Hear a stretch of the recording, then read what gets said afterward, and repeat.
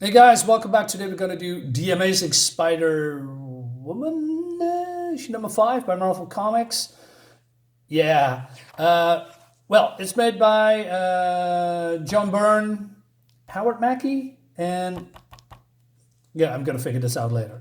So, let's begin here, and I'm going to talk to you or explain to you a little bit who this new Spider-Girl woman is. So, we're standing here with the police in New York, and there is a, I don't know, robbery with these goons.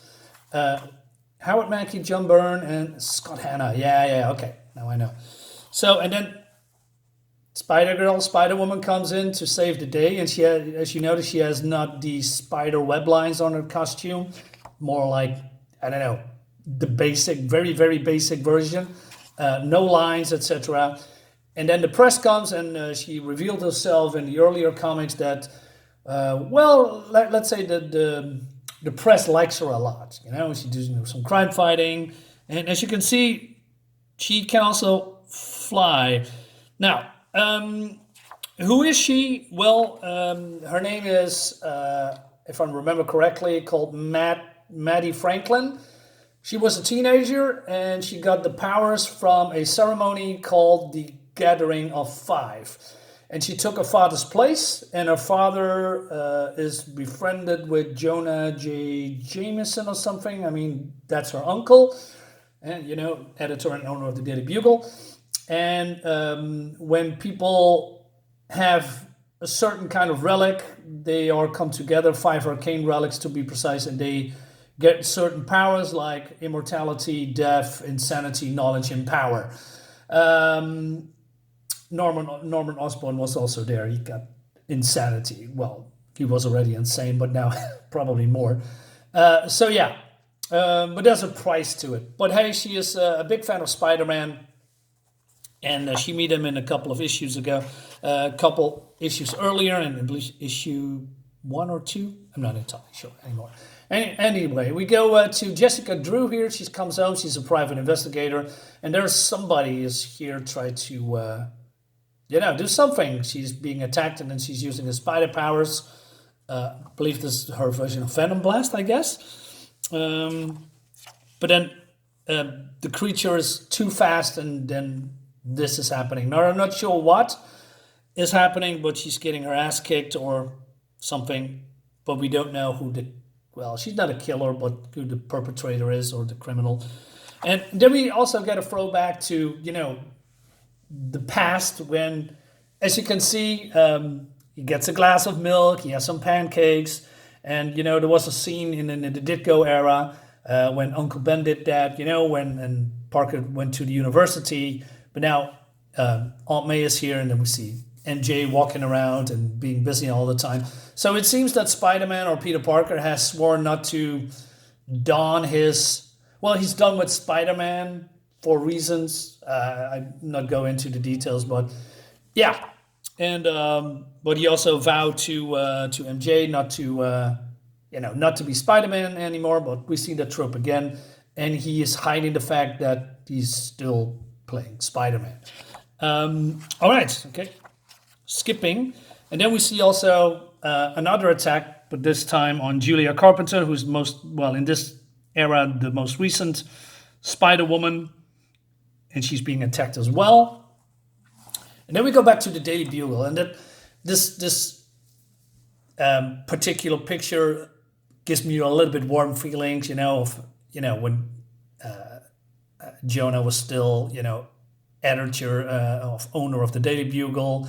And we see all these people here like Betty Brand and is it Betty Brand or Betty Grant? I'm not sure anymore. I forget those names. It's been so long time ago.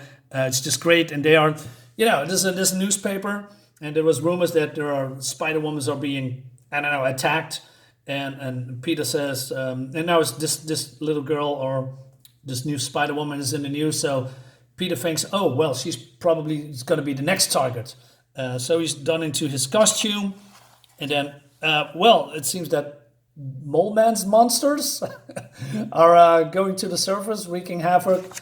Maddie comes in and she's getting swallowed by this creature, Spider-Man with these dotty eyes.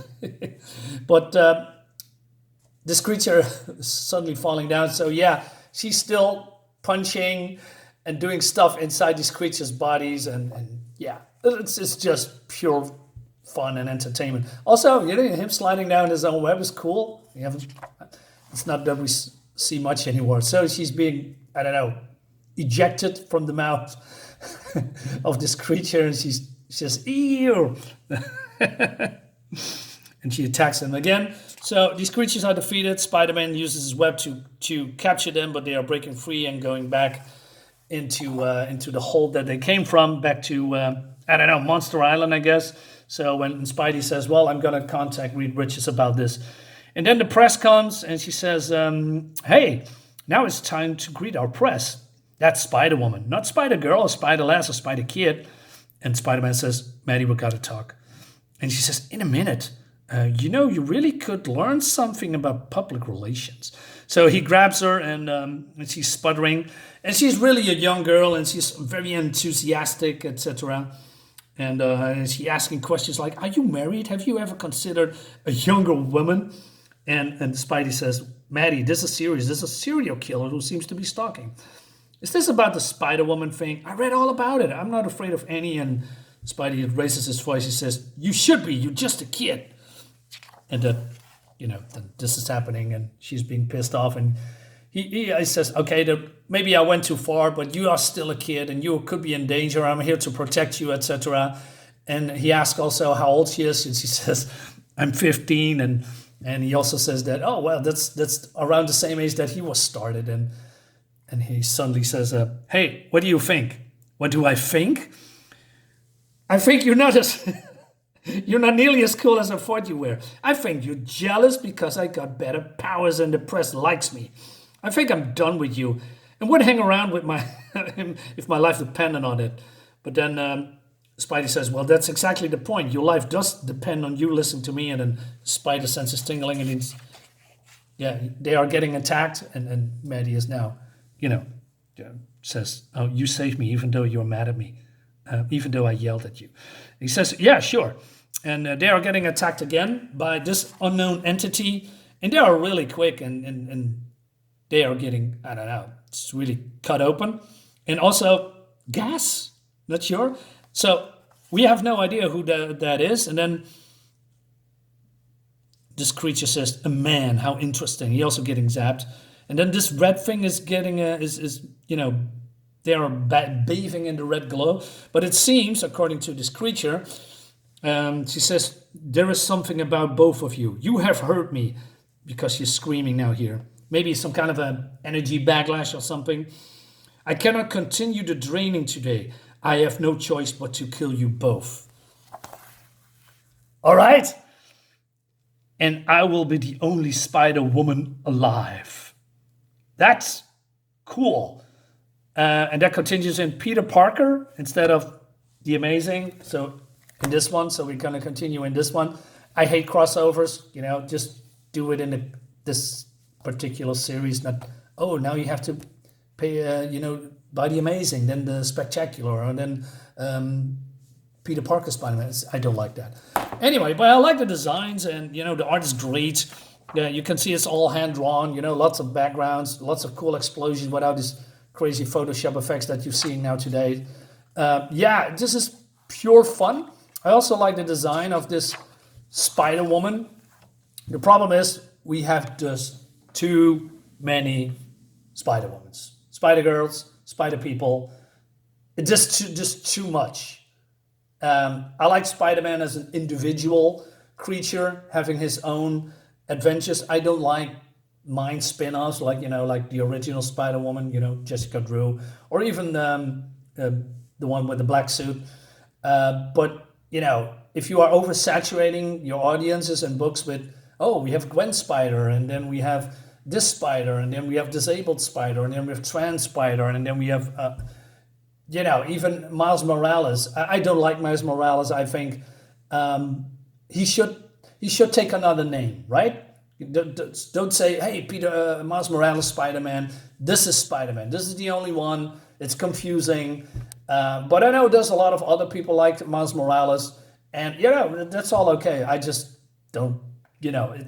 For me, it's just the same character in a different skin with a slightly different, how do you say, background, etc. But he also fights a lot of the same villains with ease, like Scorpion and other villains from Spider-Man. I think, yeah, why?